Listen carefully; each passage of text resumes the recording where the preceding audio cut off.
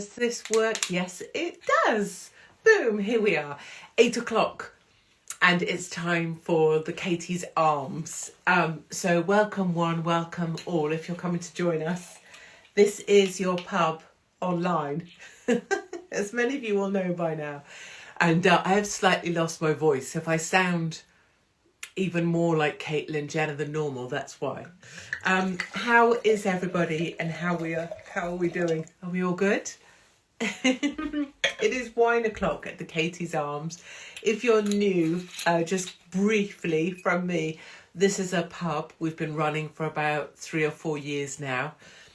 We ran it all through lockdown so that everybody could get together and laugh, mostly at me. And if you've seen any clips from the Katie's Arms recently online, you'll know that I say whatever the hell I want. And people get frightfully offended sometime, and that's perfectly fine because that's also their choice. But if you're here, then you have every right to disagree, to not think the same as me, to think I'm a monster for laughing at the things I laugh at, and that's fine. Oh, you're new. Hello, Alan in Liverpool. The other purpose of being here, apart from to have a laugh and have a drink and laugh at the madness that we're all surrounded by, is for everybody to see Frinton-on-Sea is here. Phew, I was wondering where Frinton-on-Sea had got to. Weymouth is here, Texas is here, just for everybody to see what you're part of. Newcastle. Oh, my hair, thank you. I have a curly thing. I don't quite know how it works. I just know that it makes curls. Yes, it is madness. It really is. People asking what I drink. So you'll know if you're here often that I drink cheap wine, mostly because I'm cheap. This is Barefoot Merlot. And I think it's like, is it like £7 or less even for a bottle? It might be less. And it has a screw cap. And because my husband, lovely Mark, is fancy, he thinks this isn't real wine. He doesn't know. He doesn't know what we know. This is 100% real wine. Barefoot. Yes. Cheers. Cheers. And can I just say, if you're thinking the same as me, it's quite a lot, isn't it? Like January is always quite a lot. I think January is really a shit month. I know lots of people think that. But I also think it's just quite a lot. Like generally at the moment, it just feels like a lot of noisy crap, and that lots and lots of people are forgetting like what having fun is, or having a laugh is, or having a good time is. And we're just surrounded by all of this Russia, now we're going to be conscripted, now the price of this, the price of everything's so high, everybody's under a grey sky here if you're in the UK, and it's a lot. So I just feel like, so where we are, or where I am, it's now 8 o'clock in the evening. And if you're in the UK, as I am, we are, it's grey. I mean, it's bloody grey. It's been bloody it's either bloody cold or, I'm not having a massive moan, I'm just stating facts. It's pissing grey, it's pissing cold, and it's a bit of a shit time of year. And then you add on all of the stuff. And the stuff is a lot, like a box of Weetabix being a tenner, or pubs closing all around you. I tried to go and visit my local city the other day, and I haven't been there for ages and ages. And I'm telling you, I've got oh, did I not bring it in? Oh, damn, I didn't bring it in. So it was properly, everything is empty. Everything is boarded up. All of the old places are gone. All of the cute little places are gone. Like someone's birthday is in January, right? And guess what I did? This is the worst thing I was like, I need to get onto Katie's Arms and talk about this because I need to get this off my little tiny chest. But I went in, I almost can't say it. It's too shaming. I was sure I brought this in to show you as well, but I haven't. I went into something called Lakeland. Is it called Lakeland Plastics? What's it called? Where Try Swindon, exactly. what's it called where they do like cleaning stuff and everybody's over the age of at least 90. And it's the weirdest shit that you would never own unless you're a maniac and really care about cleaning. And it sells Tupperwares and things and like stuff for ironing and stuff for washing. Basically, if you really like cleaning, it's a brilliant shop. Lakeland Kitchen. There you go. Lakeland. I went in because everything I used to know is shut down, and I felt massively depressed for everybody walking around looking sad. I went into something called Lakeland Kitchen just because it was open and it felt like a refuge. Everybody in there was at least 100 years old and buying things like dusters. And do you know what I went and bought? I'm only 48. I bought a grout brush. They sell an electric masher, best mashed potatoes ever. It's a depressing shop. Right, love Lakeland, but you need a mortgage for a potato peeler. I'm tempted to go and get it for you, but you probably aren't interested, and nor am I. I brought a brush for grouting, like in between tiles. I went up to a cashier and she asked me if I was a member, and I was like, no, I am not. No. And I came out of a shop in my old city where I used to live with a brush for tile grout in my handbag. I know. I've had a word with myself. I have. But I mean, this could be the turn. But honestly, it was so depressing. Everything was so shut. And nothing was alive anymore. And it just, I don't know, it set me off on one. Because then I was reading about how Birmingham is getting rid of its city centre car parks so that, you know, because you're not going to be allowed to drive anymore or not drive into cities. And then you see, like, even to think about where to park, because it's £7.50 to park your car, you're like, okay, should I take my car? I got overwhelmed with the thing we call the smalling, the crushing, knowing that within 5 years we're not going to have the right to drive a car. I bought a grout brush, and that is not the symbol of resistance that I was hoping for. I tell you this, I am not using that grout brush. I may shove it up the arse of someone that comes to piss me off, but that grout brush, I might frame it. I might frame it as a reminder of why not to find yourself despondently looking at the sadness that used to be your thriving city. I just don't know let's not, because it's depressing. Let's talk about other things. Let's talk about what I've been up to. So I have been on the road this week, and I went to see Tommy and did a podcast with Tommy Robinson. So that will be coming your way.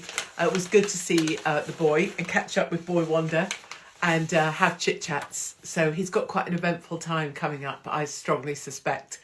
So it was good to be able to sit together and have a bit of a giggle about old times and new times. And he's doing really, really well, despite the madness that he continues to face. Like, every element of his life in every single way continues to be impossible. And I think one of the things is that people can say, yeah, well, Tommy Robinson's a twat, or I can't stand Tommy Robinson. Or you could say, oh, yes, well, he broke this rule, or he committed contempt of court, or whatever way that you want to rationalise how Tommy Robinson gets treated. Okay, fine. You know, I'm not here to convince you of otherwise. But what I can say is that the way you try and rationalise how Tommy Robinson's being treated, when it happens to someone you know, or someone in your family, or you, as many of you will know, there is no rationalising the irrational.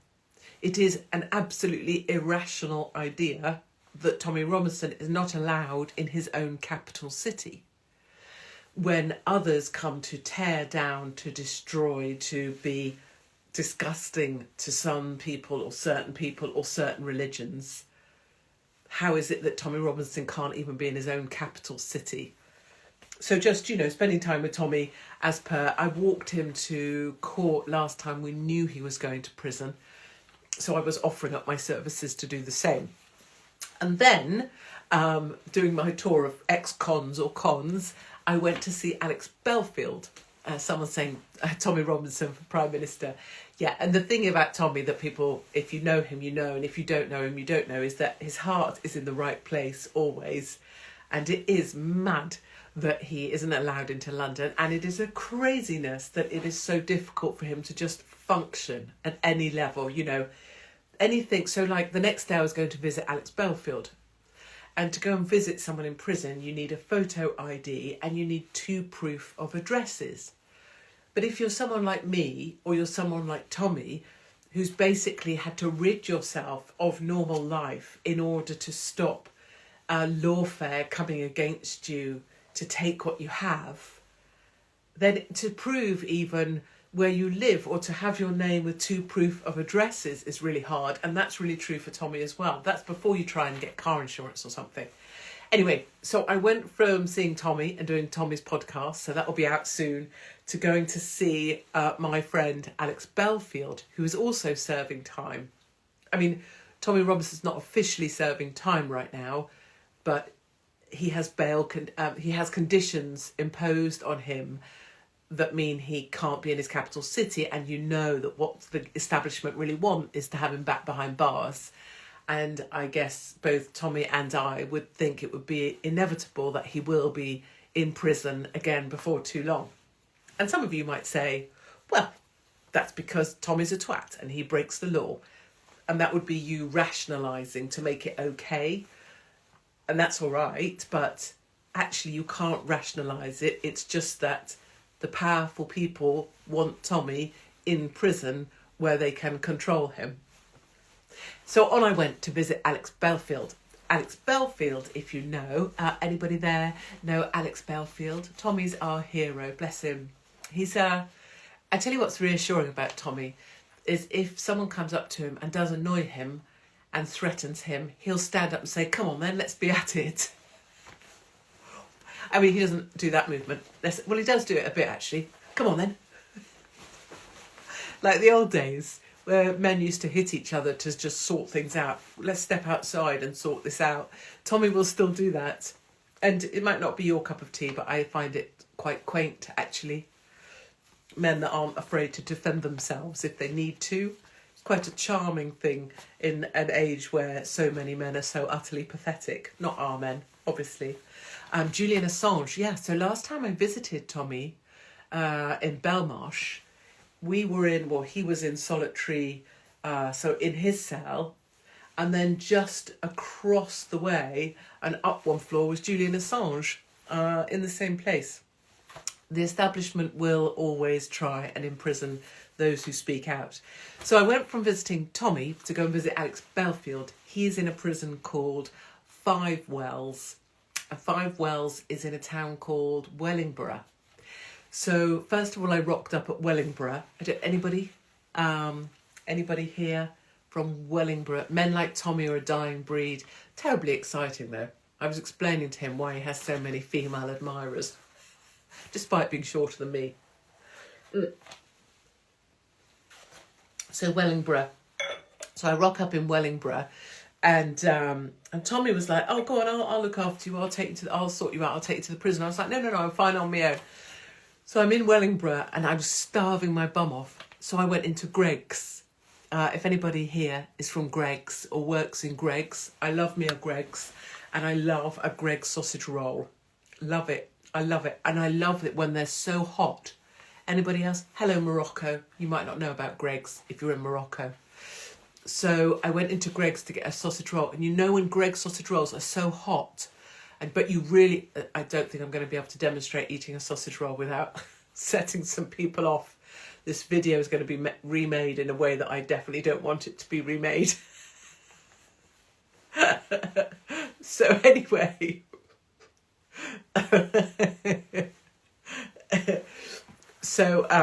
I was eating my sausage roll from Greggs, but you know when they're so hot, they just come out the oven and they literally just... I had to go and wait 2 minutes for the ladies to cook me one. So you eat them and they're like that. But you so want to eat it, you're like... But so you have to take air in at the same time as the sausage. Do you know what I mean? Yeah. So someone's just said, my dad's just started following you. Yeah, sorry about that. So anyway, I'm eating my Greggs sausage roll, and bless all the ladies, they're like, can we have a photo?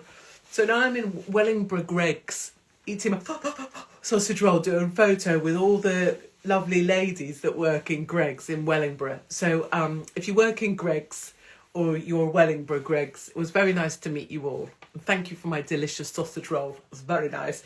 So then I went to the prison at Five Wells. Someone asking, no, Greggs sausage rolls are amazing. They are. 50% air, 50% sausage roll. It's so annoying if you burn your mouth, isn't it? You only doing that bit there. Do you find anybody else out here, do you ever get it where if you eat pineapple or pineapple cubes or boiled sweets, the top of your mouth here comes off? Do you know what I'm talking about? Yeah. I've already remade the video. Do not put a video of me sucking someone's knob out there, please. Okay, so I went to visit Alex in prison. So booked in, the visits you have to be booked in for. They're never hot from Greggs. Yes, they are. If they just come out, if they've just done a batch, they're blistering. So I've got a little photo. They have some lovely, so inside Five Wells, which is a private prison, it's category C, so it's super relaxed. It's nothing like Belmarsh, and it's nothing like any of the Victorian prisons where there's actually like chains. And I'm not like excited about it. I'm just, Belmarsh is a prison, like you got a clankety clank, clank, clank, turny key, key on belt, clankety clank, clank, dog, rah, rah, rah, shouty, clankety clank. That's Belmarsh. Like it's proper high security, how you imagine like a prison to be, like dripping, drips coming down and like skiddy floors. That's Belmarsh. This Five Wells where Belfield is basically like if you were going to put illegals in a hotel accommodation, I guess Five Wells would be like it. So it's run by G4S, which I always think sounds like what's that? What's the singing quartet called? Five Wells is like HMP Butlins. What was the singing quartet? Not G4S. G4 were they called? I don't know, but I keep thinking of them when I go to visit G4S prisons. So you go in and they have so when you go in to do your visit, you get given a table number and you have to sit at it and wait. I sat on the wrong side. I had to get told the right side. And before you go in, you get checked by the dogs, which is all very exciting. And the dog handler was very, very hot. He was bearded, tattoos, dog on a rope. And you sit in your chair and he goes, have you ever been searched by a dog before? And I was like, yes, I have. And he goes, have you ever been searched by a dog in this prison before? And I thought it was a kind of a chat-up line. So I was like, no, I have not. And he was like, well, sit like this then. It was basically about my seating position. And then his dog was sniffing loads at my ankle. And I was like, either I maybe like kicked some drugs in Wellingborough Greggs, or my socks smell. I was like, dog? I fully expected the dog to start like sniffing my crotch or something. But I was trying to be cool. Like the wife of a con. I was trying to like rock it out. I failed. Anyway, you go in and you do your little visit. And then other nice prisoners have got a little system. So they do photos. Dog put his nose in your crotch. Exactly. So they do photos. So I'm trying to show you. So you basically, if we scooch down, because this is the actual door the prisoners come through. So this is like a little screen. But just to prove to you, two things. A, he's alive and well. There he is. B, he's still ginger. I know, it's amazing. Why would I even be speaking to a ginger person? I know. And then C, very important, check out my socks. I know. They're brilliant. Brilliant, brilliant socks. Now, look, gold shoes and socks. I'm not saying the visit was all about me, but just saying. So I have my little photo of Alex. Should we talk a little bit about him instead of about my shoes and socks? They're coming for me. I know. But I've always known, and it's okay. I made peace with it all a very long time ago. So Alex is doing all right. 16 months in. He's just made the halfway point turn. So he has another 16 months to go, which he can't think about and he won't allow himself to talk about because he thinks that that is beyond endurance. So we don't talk about that, but just about day by day by day. And it remains the case that it's so hard for him because it would be easier if he just killed someone. Because if you kill someone, you serve time because you killed someone. When you've only ever made videos, and I know some people will say and do say and have said on all of my posts, he was a stalker, here's the wiki entry, here's the Guardian, here's him stalking people. But if you've only ever sent emails, I've not looked at them, it's not part of my concern.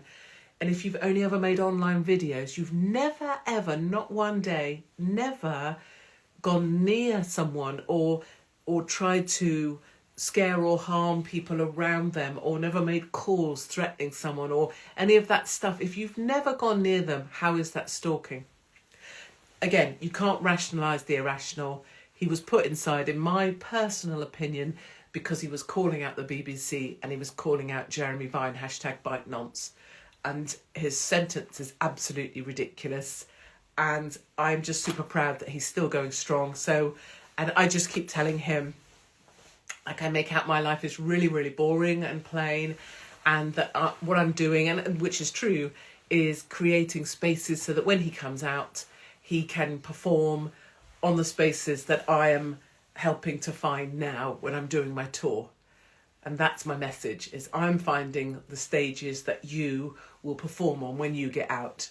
And I'm just going to keep hammering that message home. So that's what I'm doing. Can't stand Jeremy Vine. Isn't it inexplicable?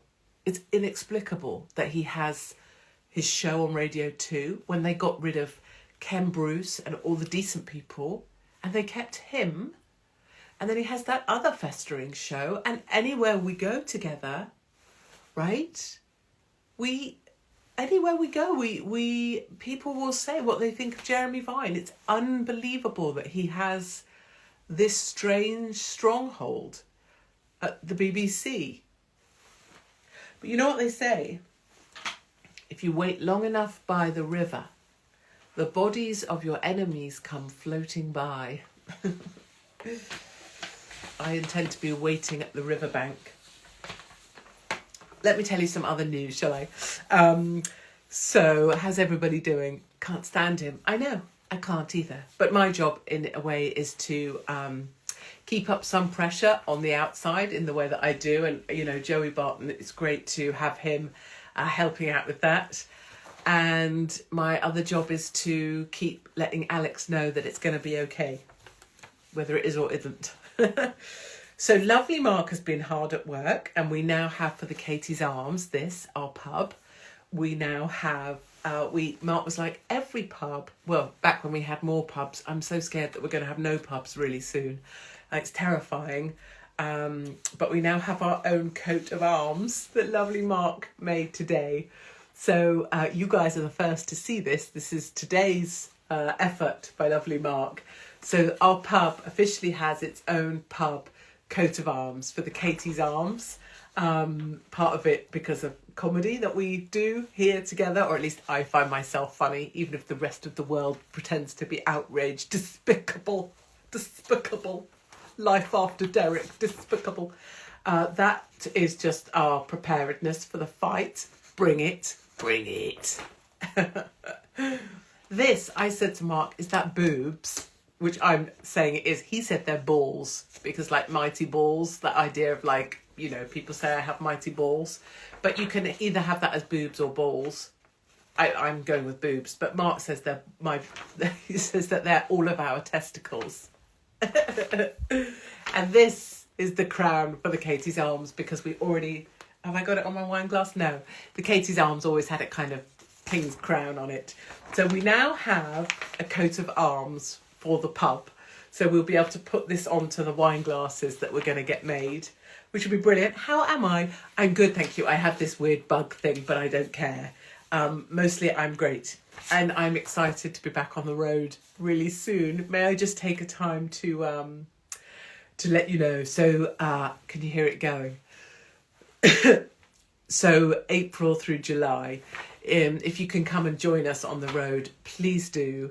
I can't wait to be back on the road with everybody. I honestly don't care about me and the stage. I absolutely care about all of you guys in the room together, because it's epic. And some of these venues are huge now.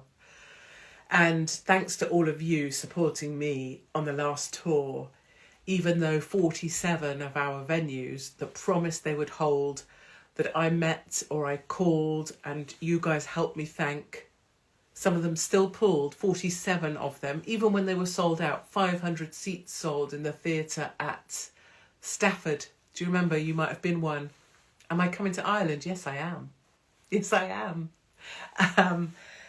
But every venue that held has rebooked, and we have now doubled the number of venues for this tour.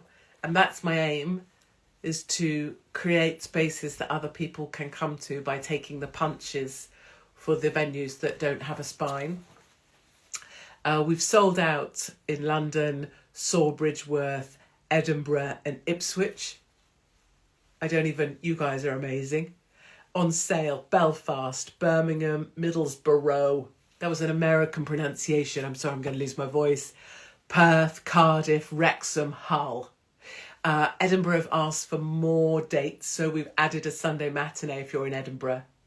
Next week, we hope to announce, this is lovely Mark writing this for me, Newcastle, Sunderland, come on Sunderland, Dublin, York, Shrewsbury. We're waiting on Dublin, Manchester, Liverpool. Okay, so there is a whole bunch of dates on there. The reason Mark's telling you the ones that are coming, Newcastle, Sunderland, Dublin, York, Shrewsbury, is because we don't want you to book somewhere and then there's one closer to you. And then there's a whole world of other dates on there. I mean, this is really the tour. If I am still standing in August, I don't even care, actually. I don't care. If I drop dead on the last day of the tour, I don't care, because it's been brilliant. It's been brilliant. I'm very, very happy with my life, and I'm very, very lucky to have you guys on side, and I'm super blessed to be doing what I'm doing. So I don't even care. But if you can come and join us, if you go to Katie's Arms, now that we have a crest, now that we have a coat of arms, go to katiesarms.com, and if you can come, please do. I will just say, if I may, York, I think York's on there, isn't it? Yes, York is coming next week, we hope. I think it's at the point of contracts. If I can just say, if you are on your own because none of your family speak to you anymore, or perhaps you've had falling out, or they all hate me or think they hate me and can't stand me, well, that's fine. If you want to come on your own, please do. Loads of our audience come on their own. We have one of the highest number of single ticket bookings that any of the theatres have ever seen. And I'm really, really proud of that, because it sets me off. I've got a slight bug, so it's going to set me off really easily. But I'm really proud of it, because people can come. You see, this is what happens. People can come on their own, but they know that they are not on their own. And the minute, I so wish you were my mum, don't start saying that stuff. The minute they come through the door, they know that they're just part of this big gang, and they're never alone. You'll never be stood on your own, because everyone will just be part, as soon as you sit down, everyone's, hello, all right, you all right? Yeah, do you want a hand? It's the nicest thing that I've ever been part of, and I'm very lucky. Look, and it sets, how am I going to make it through a tour if I can't make it through at Katie's Arms? Okay, you funny bunnies. I need to go and get rid of this bug, don't I? And pull myself together. If I get this emotional before I'm on the road, I'm going to have a drip. I'm going to cry. So, but it really is, that's how much it means that we're bringing people together. And so I guess the point of what I was trying to get to just before I say goodbye is that if you're feeling really lonely at the moment, or you're feeling like there's no point, or that you can't carry on. This is really why we actually started the Katie's Arms in the first place. Please know that we're all here together, look. And please know, if you can, get a ticket to come about, and if you can't work that out, drop us an email, but try and come along and have that as something to look forward to. Just get one ticket on your own. You don't need to buy anything when you get there or spend any more money or anything, and just come and look around the room, because it's a very, very special thing that you're part of. And we've all got this big rope, and we're all putting that rope round your back, and we're all pulling on it.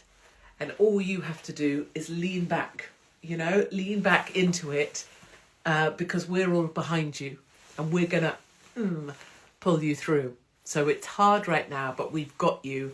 And see if you can come on the road and come and see lots of your family on there. You don't have to agree, you don't have to think the same. You can just sit quietly and know that you're not on your own. Okay, thank you for joining me. Sorry for my throat and my losing it. It's been a week, and I'll see you same time, same place. We need to get this on a sign now, don't we? Swing it, but not in like a sinister way, just like in a way. Also, I need to take up smoking, because ours is a smoking pub after all. Thank you, everybody, for all you do for me. Thanks to everybody for being just amazing in the streets and at Greg's. And I'll see you somewhere soon on the road. And do remember, hang on in there to next week. And if you're in trouble or you can't make it through, then always give me a shout at landlord@katiesarms.com. Okay, all the very best.